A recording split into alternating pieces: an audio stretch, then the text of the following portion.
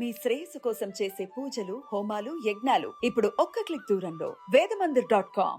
ఓం గం గణపతియే నమః. స్వర్ణలక్ష్మి నమస్తే అస్తు. పరబ్రహ్మ స్వరూపిణి రాజ్యం దేహి ధనం దేహి సర్వకామాంచ దేహి మే.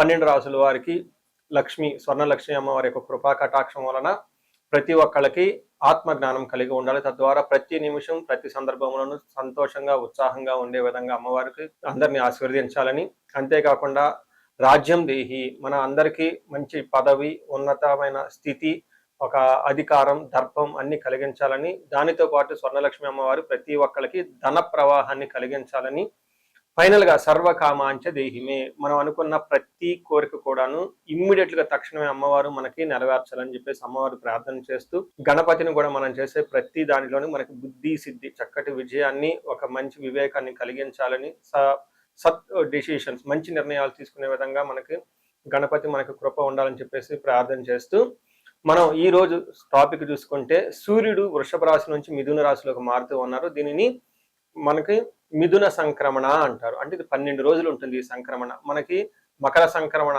మకర రాశి ఎలానో ప్రతి నెల ఒక్కొక్క సంక్రమణ వస్తుంది. ఇప్పుడు రాబోయే సంక్రమణ మిథున సంక్రమణ అంటారు. ఇది 30 రోజులు ఉంటుంది. 15వ తారీఖు జూన్ నుంచి జూలై 15 వరకు ఉంటుంది. ఈ 15 రోజులు సూర్యుడు మిథున రాశిలో ఉండటం వలన ఏం జరుగుతుంది 12 రాశుల వారికి అని తెలుసుకున్నాం. అయితే ముఖ్యంగా సూర్యుడు మారటం వల్ల సూర్యుడు ఎలాంటి విషయాల్లో మనకి ప్రభావాన్ని చూపిస్తాడని తెలుసుకుందాం. సూర్యుడు వచ్చేటప్పటికి ముఖ్యంగా 8 రకాలైన అంశాలపైన ప్రభావాన్ని చూపుతూ ఉంటారు. ఒకటి అందరూ బాగా గుర్తుపెట్టుకోవాల్సింది ఏంటంటే సూర్యుడు ఆత్మకారక అంటారు. అంటే మనకి సెల్ఫ్ కాన్ఫిడెన్స్, మనకి కావాలన్నా స్ట్రెంగ్త్, సోల్, ఆత్మబలం ఉండాలి కానీ సూర్యుడు చక్కగా ఉండాలి. కాబట్టి సూర్యుడు ఆత్మకారకుడు. అలానే రాజ్యకారకుడు, ఒక పదవి రావాలన్నా, గవర్నమెంట్ అథారిటీ, అడ్మినిస్ట్రేషన్ పవర్, వీటన్నీ రావాలన్నా కానీ సూర్యుడు మనకి స్ట్రాంగ్ గా ఉండాలి. అలానే పితృకారకుడు, father related elders, mentors, boss, వీళ్ళందరినీ కూడా మనకి సూర్యుడే రిప్రజెంటేషన్ చేస్తూ ఉంటారు. యశస్సు, కీర్తి ప్రతిష్టలు, గుర్తింపు, కొంతమందికి గుర్తింపు ఉంటుంది ఏ పని చేసినా, కొంతమందికి ఏ పని చేసినా గుర్తింపు అనేది ఉండదు. ఈ గుర్తింపు లేకపోవడం కూడా కారణం కూడా సూర్యుడు వాళ్ళ జాతకంలో సరిగ్గా లేకపోవడం అని గమనించుకోవాలి. పదవి, అధికారం అంటే మీకు ఒక స్టేటస్, అంటే ఒక లేబుల్, మేనేజర్ నుంచి హైయర్ మేనేజర్, వైస్ ప్రెసిడెంట్, ఇలా ఒక్కొక్క లెవెల్ బై లెవెల్ ఎదుగుతూ ఉంటారు. అలాంటి పదవి, పొజిషన్ మీకు రావడానికి కూడా కారణం సూర్యుడు అని తెలుసుకోవాలి. అంతేకాకుండా అధికారం, పవర్, లీడర్షిప్, కమాండింగ్ పవర్, మీరు ఒక పని చెప్తే ఎదుటి వాళ్ళు చేయగల సామర్థ్యం అంతా కూడాను సూర్యుడు మెట్టే మీ జాతకంలో డిసైడ్ అవుతూ ఉంటుంది. తేజస్సు, ఆరోగ్యం, మంచి గ్లోరీ ఉంటుంది, మీకు ఎనర్జీ ఉండాలి, బ్రిలియన్స్, చాలా చక్కగా మీ ఫేస్ అంతా ఎప్పుడు కలగా ఉత్సాహంగా ఉండాలి, దానికి కూడా కారకుడు సూర్యుడు. ముఖ్యంగా లాస్ట్ లో ఆరోగ్య ప్రదాత, సూర్యుడిని ఆరోగ్యం ఇచ్చే వాళ్ళు అంటారు. ఎవరి జాతకంలో అయితే సూర్యుడు సరిగా ఉండరో వాళ్ళకి అనారోగ్యంతో బాధపడుతూ ఉంటారు. ఎవరికైతే సూర్యుడు చాలా జాగ్రత్తగా ఉచ్చ స్థానంలో ఉంటారో చక్కగా వాళ్ళకి హెల్దీగా ఉంటారు, ఫిజికల్ గా చాలా స్ట్రాంగ్ గా ఉంటారు, ఒక పవర్ వాళ్ళలా ఉంటుంది అని తెలుసుకోవాలి. ఇలా 8 రకాలైన ముఖ్యమైన కారకాలు ప్రతి ఒక్కళ్ళ జీవితంలో సూర్యుడు అనేది ప్రభావాన్ని చూపిస్తూ ఉంటారు. అయితే ఈ సూర్యుడు మిథున రాశిలో ఉండటం వల్ల ఇందాక వరకు మనం చెప్పుకున్న విషయాల్లో కొందరికి అనుకూలంగా ఉంటుంది, కొందరికి ప్రతికూలంగా ఉంటుంది. ఏ రాశుల వాళ్ళకి అనుకూలంగా ఉంటుంది, ఏ రాశుల వాళ్ళకి ప్రతికూలంగా ఉంటుందో మనం చూద్దాం. కన్య రాశి వారికి రాబోయే ఒక 60 రోజులు చాలా చక్కగా ఉంటుందని గమనించుకోవాలి. జూన్, ఎందుకంటే సూర్యుడు 9వ స్థానం నుంచి 10వ స్థానానికి వెళ్తూ ఉన్నారు. 10వ స్థానంలో సూర్యుడు దిగ్బలాన్ని పొంది చక్కగా చాలా స్ట్రాంగ్ గా ఉంటారు. ముఖ్యంగా వీళ్ళకి ప్రమోషన్స్ ఎవరికైతే రావాలనుకుంటున్నారో ఇది ప్రమోషన్స్ వచ్చే టైం. అయితే ఇంకా ఎవరికైతే కొత్తగా జాబ్ లేదో జాబ్ వచ్చే టైం అని గమనించుకోవాలి. ఇంకా పై అధికారుల నుంచి మంచి సపోర్ట్ వస్తుంది. చక్కగా అన్ని విధాల అభివృద్ధి ప్రదంలో దూసుకొని పోయే ఒక మంచి టైం అని మీరు గమనించుకోవాలి. ఈ టయాన్ని ప్రతి ఒక్కళ్ళు సద్వినియోగం చేసుకోవాలని నేను కోరుకుంటాను. కొన్నిసార్లు గ్రహస్థితి అనుకూలంగా ఉండదు కాబట్టి మనకు ప్రాబ్లమ్స్ ఉంటాయి.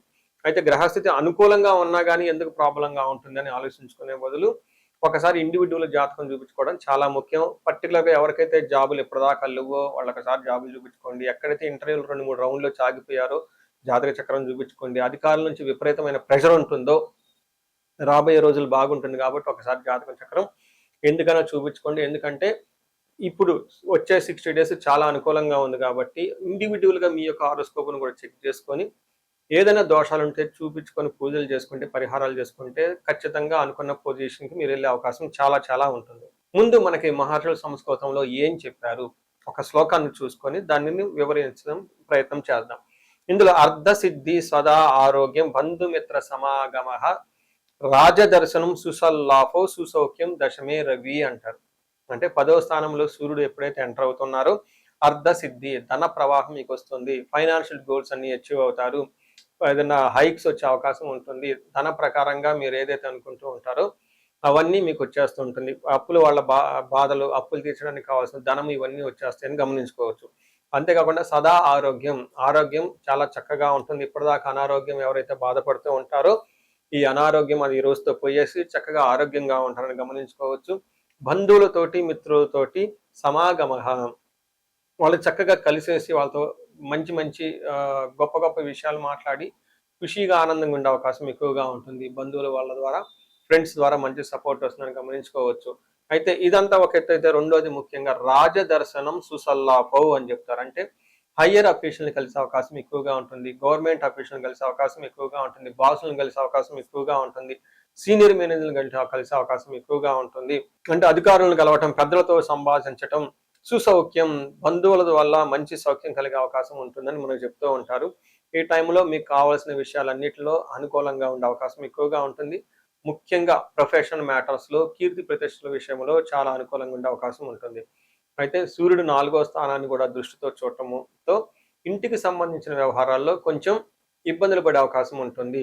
లేదంటే మీకు కంఫర్ట్, హోమ్లీ కంఫర్ట్, ఇంటికి కొంచెం అంత అనుకూలంగా ఉండదు, కొంచెం దూరంగా వెళ్ళే అవకాశం ఉంటుంది.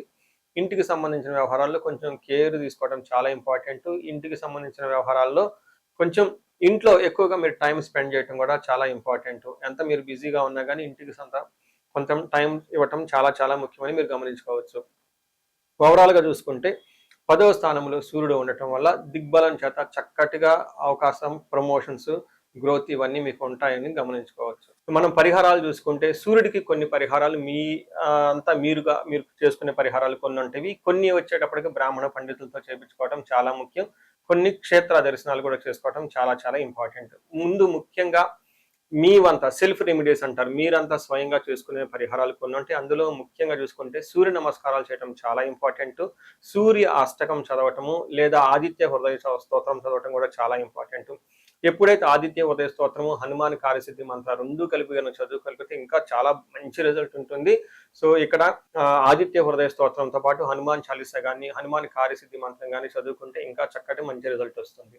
సో ఇవన్నీ మీరు చేసుకునే మీ వరకు మీరు చేసుకోవచ్చు. ఇంకా టెంపుల్స్కి వెళ్ళేసి అక్కడ నవగ్రహాల చుట్టూ తిరిగి గోధుమలు కనుక దానం చేయగలిగితే, సద్బ్రాహ్మణులకి, సత్పురుషులకి చేయగలిగితే ఇంకా మీకు చక్కటి మంచి రిజల్ట్ వస్తుందని గమనించుకోవాలి. సో అది మీ వరకు చేసుకోగలుగుతారు. మీ ద్వారా కాకుండా కొన్ని సమస్య తీవ్రంగా ఉంటే పండితులను కలిసి, లేదంటే మా ద్వారా అపాయింట్మెంట్ తీసుకొని జాతక చక్రం కూడా చూపించుకొని చేపించుకోవడం చాలా ఉత్తమం. ఇందులో ముఖ్యంగా సూర్యుడికి సంపూర్ణమైన శాంతులు చేయాల్సి ఉంటుంది. గ్రహ శాంతి అంటారు. ఈ గ్రహ శాంతిలో సూర్యుడికి జపాలు, దానాలు, తర్పణాలు, హోమాలు ఇవన్నీ చేస్తూ ఉండాలి. వీటితో పాటుగా ఇంకా మీ యొక్క ఇండివిజువల్ జాతకం చూపించుకోవడం చాలా చాలా ముఖ్యం.